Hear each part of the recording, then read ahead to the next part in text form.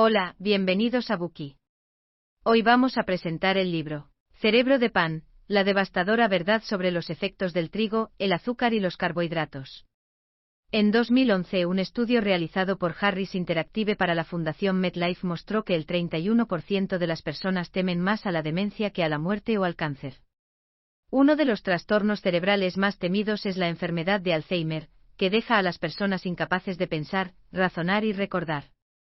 Muchos creen que esta enfermedad, así como otros trastornos cerebrales degenerativos, están predeterminados genéticamente y son inevitables con la edad. La verdad, sin embargo, es que el destino de tu cerebro no está en tus genes. Los culpables de estos trastornos cerebrales son los alimentos que se consumen a diario, y son los cereales modernos los que están destruyendo silenciosamente la mente de las personas. Esta es la razón de ser del título de este libro. Los cereales modernos incluyen no solo las harinas blancas refinadas, las pastas y el arroz, que han sido demonizados por los defensores de la antiobesidad, sino también muchos otros alimentos que son ampliamente percibidos como saludables, como el trigo integral, el grano integral, los multicereales, etc. Nuestras dietas actuales son predominantemente bajas en grasas y altas en carbohidratos, y estos alimentos, incluidos los cereales y otros carbohidratos perjudiciales, son la causa fundamental de muchas enfermedades relacionadas con el cerebro como los dolores de cabeza crónicos, el insomnio, la ansiedad, la depresión, la epilepsia, los trastornos del movimiento, la esquizofrenia, el trastorno por déficit de atención e hiperactividad, TDA, y los problemas de olvido en las personas mayores. Además, estos alimentos aceleran el proceso de envejecimiento del organismo. Este libro da a conocer el impacto directo y profundo que tienen los cereales en nuestra salud física y cerebral. Además, los autores ofrecen un completo plan de acción para cambiar nuestros hábitos de vida, incluyendo la alimentación, el ejercicio y el sueño. Estos cambios sirven para mantener nuestro cerebro sano, atento y con energía. También reducirán drásticamente el riesgo de desarrollar trastornos cerebrales degenerativos en el futuro, ayudándonos a establecer un nuevo estilo de vida. El autor de este libro, el Dr. David Perlmutter, es un neurólogo certificado y miembro del Colegio Americano de Nutrición. Fundó el Centro de Salud Perlmutter y la Fundación Perlmutter en Florida. Perlmutter es conocido en todo el mundo como líder en el campo de las influencias nutricionales en los trastornos neurológicos. Sus escritos aparecen ampliamente en publicaciones médicas y da conferencias en todo el mundo. Christine Louberg, una escritora profesional, es la coautora de este libro. A continuación, presentaremos el libro Cerebro de Pan en 3 partes. Primera parte. ¿Por qué los cereales provocan enfermedades cerebrales? Segunda parte. Rehabilitación de los cereales para el cerebro. Tercera parte. Despídete de los cereales en el cerebro. Primera parte. ¿Por qué los cereales provocan enfermedades cerebrales? En primer lugar, comprendamos cómo el gluten de los cereales provoca trastornos cerebrales. El gluten es un grupo de proteínas que se encuentra en los cereales, especialmente en el trigo. El gluten está presente en muchos tipos de cereales como el centeno, la cebada y el trigo. Al actuar como material adhesivo, el gluten une la harina de los cereales. El gluten es la razón por la que la mayoría de los productos de pan blando y masticable de hoy en día tienen un aspecto gomoso. Además, desempeña un papel fundamental en el proceso de fermentación. Sin él, nuestro pan no fermenta adecuadamente. Debido a su efecto estabilizador, el gluten también se utiliza a menudo como aditivo en la elaboración de alimentos. Así se encuentra en alimentos como el helado, el queso, la margarina, las salsas, etc. Entonces, ¿cuál es la relación entre el gluten y los trastornos cerebrales? Los investigadores han descubierto que la causa fundamental de las enfermedades degenerativas, incluida la disfunción cerebral, es la inflamación. La inflamación se desencadena cuando el sistema inmunitario reacciona a una sustancia en el cuerpo. La respuesta natural de nuestro cuerpo a ciertos tipos de estrés es crear hinchazón y dolor, tal como el enrojecimiento de la piel que se genera después de una picadura de insecto o un tobillo hinchado después de un esguince. Todos estos son signos de inflamación. La inflamación no es una respuesta corporal totalmente negativa, también indica que el cuerpo está tratando de protegerse de sustancias potencialmente dañinas. Sin embargo, cuando nuestro cuerpo es atacado constantemente por agentes irritantes, y la respuesta de inflamación persiste, se producen una variedad de químicos que son tóxicos para nuestras células. Como algunos de ustedes sabrán, la inflamación es una causa fundamental de la morbilidad y la mortalidad asociadas a muchas enfermedades, como las coronarias, el cáncer, la diabetes, etc.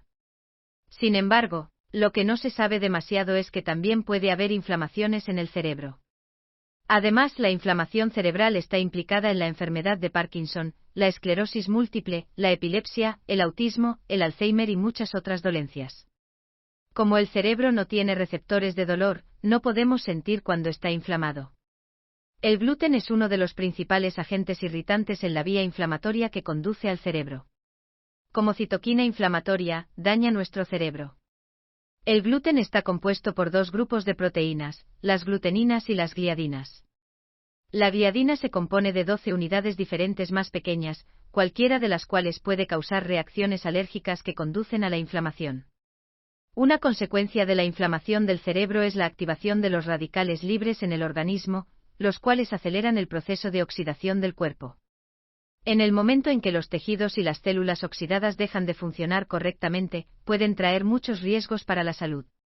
Al oír esto, por supuesto, es posible que te preguntes inmediatamente, si el gluten es tan malo, ¿cómo hemos sobrevivido tanto tiempo comiéndolo?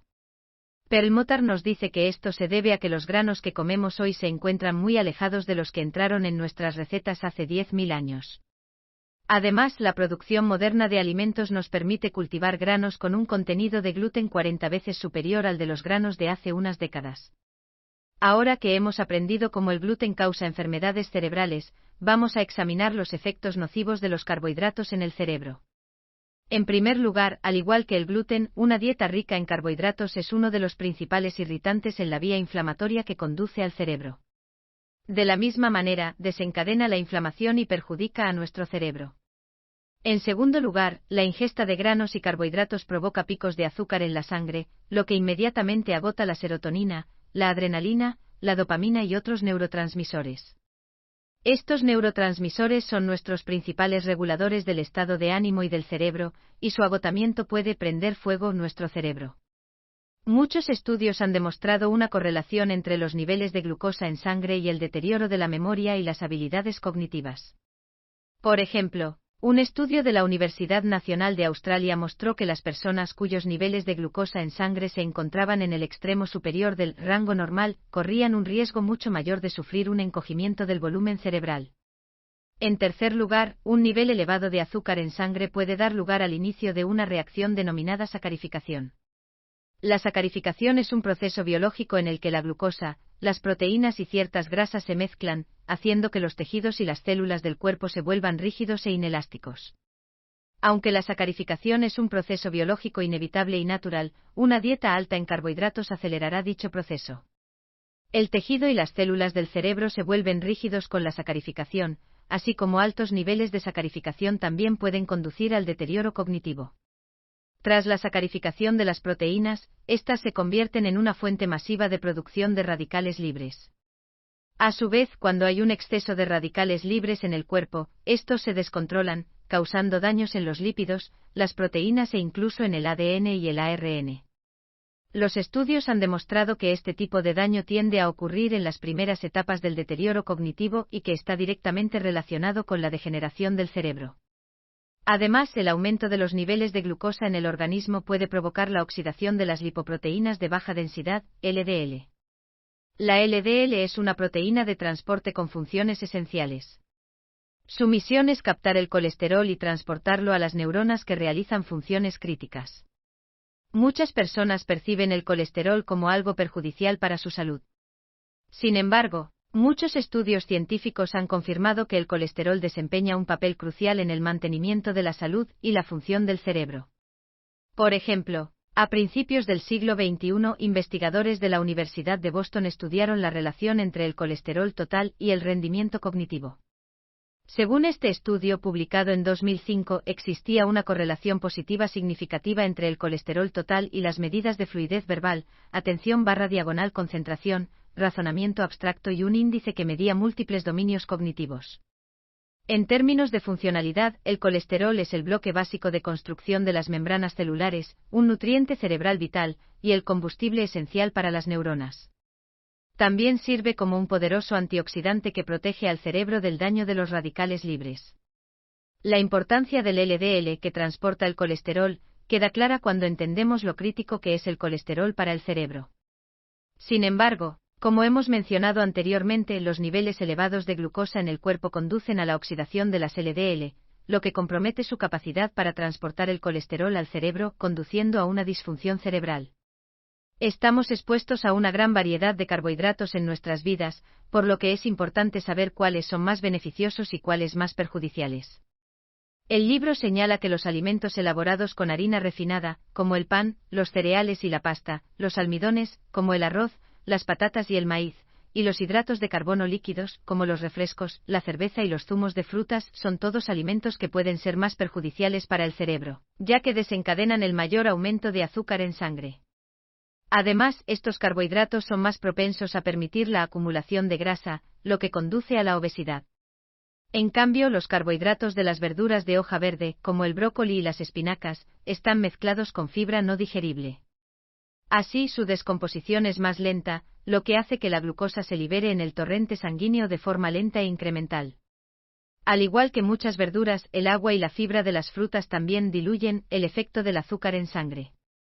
Hemos aprendido cómo el gluten causa trastornos cerebrales, así también como los efectos adversos de los carbohidratos en el cerebro. Ahora pasemos a comprender cómo el impacto nocivo del gluten y los carbohidratos en el cerebro está relacionado con los trastornos conductuales y psicológicos.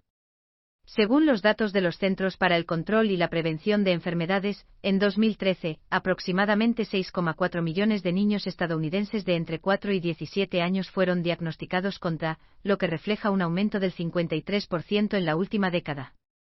Otra serie de datos afirmaba que entre los menores de 19 años, el uso de ansiolíticos aumentó un 45% en las chicas y un 37% en los chicos en la década comprendida entre 2001 y 2010. Perlmutter nos dice que la causa fundamental de estos trastornos psicológicos y conductuales son el gluten y los carbohidratos.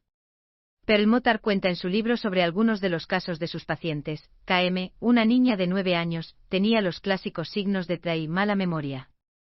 Una prueba médica confirmó dos causas: alergia al gluten y niveles sanguíneos de ácido docosahexaenoico, DHA, omega 3 por debajo de los normales.